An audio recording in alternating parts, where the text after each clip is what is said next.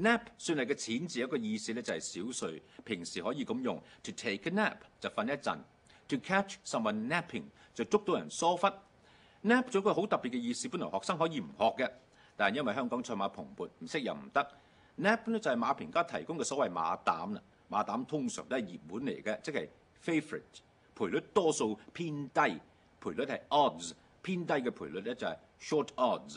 大熱門咧就係 odds on favourite，odds on favourite。如果話個賠率係2賠1嘅咧，我哋可以咁講 ，the odds are 2-1。冷門叫做 outsider， 高賠率咧係 long odds。odds 本來主要嘅意思咧就係機會，平時可以咁用 ，the odds are it will rain tomorrow， 即係聽日勢必下雨。Against all odds he succeeded， 佢排除萬難成功咗。記住講賠率或者機會用嘅詞係 odds， 一定有 s 用複數。